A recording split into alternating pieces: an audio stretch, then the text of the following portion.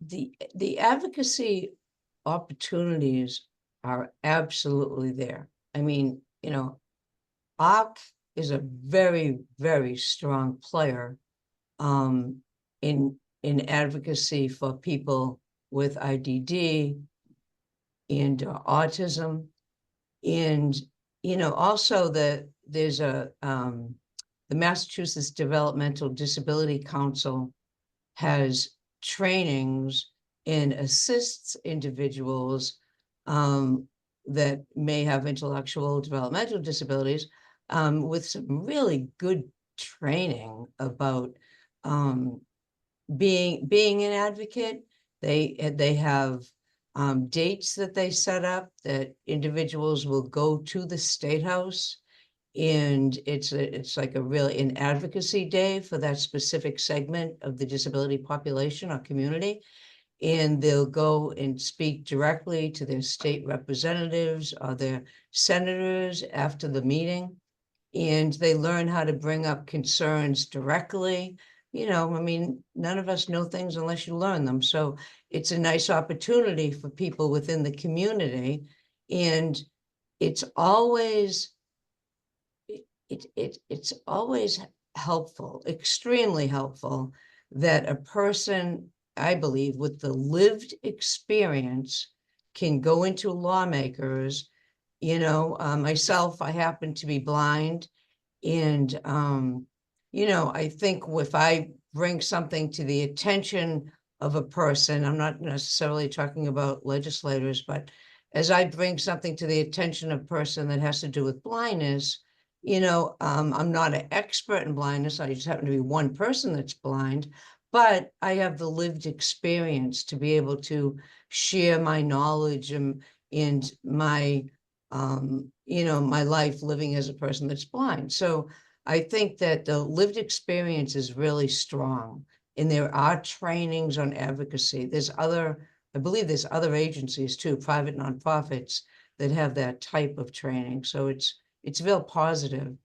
And I want to add one other thing as far as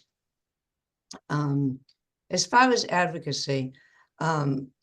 There's the Attorney General's office in Massachusetts. The AG's office has a disability advisory group. And we at Mass Office on Disability joined that disability advisory group. And there are state players or members to that group. And there are also a lot of folks from private nonprofit industries. And we discussed this exact issue that we're talking about today is, different things and being prepared for a new administration and so forth. And a lot of what we talked about is that our collective involvement with really trying to speak up for the community of the population of individuals with disabilities across the spectrum, that, we can do a lot of work together. And it's really important. And I think it's wonderful to know, and worth stating for anyone that may not be aware, that our current governor, Maura Healey, was the Attorney General of Massachusetts. And that alone, I think, really says a lot in a positive way about the current administration with her and the Lieutenant Governor, that she was coming from the Attorney General, and that's, where her background is. And, Lieutenant Governor coming from a municipality. It's important to also state. So I don't know if others want to join in on answering that. I'll use this opportunity for a shameless plug, if that's okay.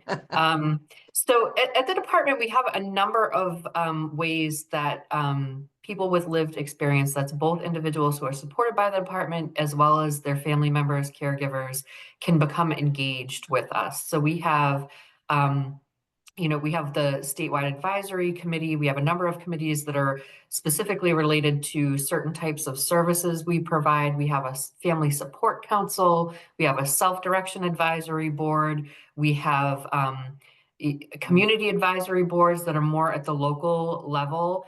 And the most important thing is that we have people with lived experience who are part of those groups. It is the most important seats to fill, in my opinion, are those seats. And we're doing right now an overview and a look at kind of all of those groups, where they are, what membership needs to be updated. And so if there are people who are looking for ways to get involved, in addition to working with the ARC of Massachusetts and working with Mass Advocates, Standing with Strong, working with other groups that you can partner with, I think that if you have an interest in becoming involved in one of those local or more statewide advisory groups that work with the department, please reach out to our ombudsperson. And I'll put the email address in the chat. But I think it's a great way to be engaged, and be engaged at a real local level that can have a meaningful impact.